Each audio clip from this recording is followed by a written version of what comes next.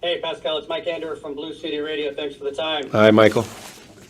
Just wanted to ask you your opinion about players and their versatility. When you have a player like a Justin Hack who can play multiple positions, Hannes Wolf, what's your mindset as far as choosing where they're going to play, and how you can? Are you about people being versatile and using the best talent on the field, or saying no, this person has a dedicated position, and I think they should be focused on playing in that dedicated position? Good question. I think it's a combination of both. I'm very fortunate as a coach to have players that can play on multiple positions. It helps the team with the qualities that they have. Understanding also what the qualities are is something that we focus on team-wise, because having Justin, for instance, in midfield or in the back four can help us in certain situations when he plays back four like the previous game. But he's also very aware of what the responsibilities are in midfield. So it gives us a lot of flexibility in the team, and that's what I like to see within my team. Alex? Good afternoon, Pascal. This is Alex Only from AM New York. How's it going? Hi, Alex. We spoke to Justin Hack earlier, and I wanted to ask, what qualities does he bring to the team, both tactically and in terms of his mentality, that make him such a valuable asset for different positions for this team in both midfield and defense? Thank you. Yeah, Justin is a winner overall. He's very competitive. What he brings in midfield is a lot of composure.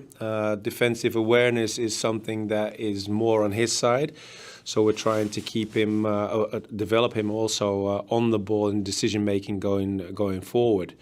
However, when he plays in the back four, he can bring those aspects with less pressure, because it's not so busy in that area when he plays in the back four.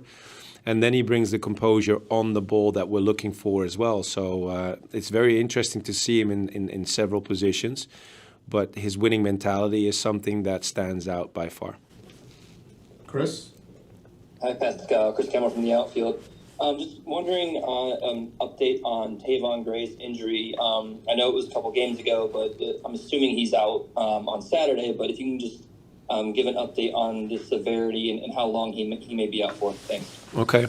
Yeah, well, to be honest with you, we don't know exactly. He's having exams taken, so we're trying to find out what the actual problem is, which is very unfortunate for the team, of course, because Tayvon is not available. Like you said just now, he's not available for Saturday, and I'm not quite sure how long this will take, but we're hoping that he will recover as soon as possible and get this dealt with. Javier? Hey, Pascal. Javier from City Boys. Hi, Javier. Hi. Question is, with Kevin O'Toole getting the red card last game, do you foresee you changing the formation or giving somebody like Nico a chance to start? Good question. Also, both are possible. We'll have to wait and see until Saturday what's going to happen, but both scenarios are in my mind. Christian? Hi, Pascal. It's the 10th anniversary of New York City FC's first home game. You now stand as the coach as they enter that next decade. How exciting is that proposition for you? That's a very interesting question. There was a question also asked from back home. I'm very excited, very honored also to be the coach leading the team into this next decade. But my main focus is on performing each and every match and trying to be as successful as we can as a club and as a team. If I can just follow up on that as well, New England have had a slightly tricky start to the season, let's say. You're coming into this game off the back of a victory. Mm-hmm. How do you continue to leverage your momentum and avoid any complacency with such a game? Oh, that's so interesting, because this is the first time I'm going to see my squad after a win in the league.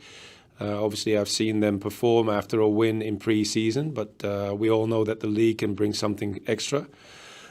So going into this game is very clear. There are no guarantees from the previous game. So we have to do even better and be better than we were in the previous game in order to be successful again. So that's what that's the thing that drives us. Christian Arnold? Hey, Coach, Christian Arnold with the Post. Hi, I was Christian. curious. You mentioned last week that Ojeda wasn't in the starting 11 because he was late to the match, and I guess since then, have you had a chance to kind of talk to him and kind of reaffirm some of the standards you have as a coach? And then I was also just curious too, in terms of an issue like this, especially early on in a tenure for a new coach. Generally speaking, how do you, I guess, strike the balance of wanting to make sure your expectations are expressed correctly while also, I guess, trying to show some understanding to a situation that may arise? Oh, it's very simple. We've set the culture from day one, so this is not a difficult one, and it was dealt with. He lost his starting position on Saturday. We had a conversation on Saturday, and we move on to the next moment. And he's been training well ever since. He got some play time on Saturday again, and we move on to the next moment. Adam? Hey, Coach. This is Adam with Post 90. Hi, Adam. Can you just give an update on Malachi and how close you think we are to a return for him? Well, what I can say is that he's not going to return for a while. We're still trying to help him recover, but it's going to take a while. So we'll just have to be very patient before we can see Mally back on the pitch, unfortunately. Chris Campbell? Hey, Pascal, Chris Cameron from the outfield. Hi, Chris. With New England coming in, I know they've had a rough start to the year, but what do you see from them in terms of challenges they present, and how are you preparing the team to attack those? Thank you. Well, the preparation doesn't change a bit. We have our routines. We always prepare ourselves to the max going into our game, so that doesn't change. The only thing, like you mentioned in your question, is that New England had a bad start of the season, unfortunately. So they'll be looking for a moment to recover, and that is something that makes them unpredictable. And we have to be prepared for that aspect as well, and go into this game like we did in the previous games, but also knowing that they will be looking for a moment to get back on their feet, and we must be prepared for this. Back to Michael Ender. Pascal, Mike Ender from Blue City Radio again. You had a great performance by Johnny Shore, young player, but still stood out in the match. Mm-hmm. But you also have a congested midfield if Justin comes back to the midfield. How do you approach having difficult conversations about players that really stand out in their opportunities, but understanding that you can't play everyone every game, especially with a young talent like that? That's part of being a coach. You cannot make everybody happy. I watch my guys very closely throughout the week when we make our plan as a staff, and include the players as much as we can, and then the decisions will be made going into Saturday's game. Of course, you take in consideration the previous performance and how the balance in the squad and in the team must be going into a game.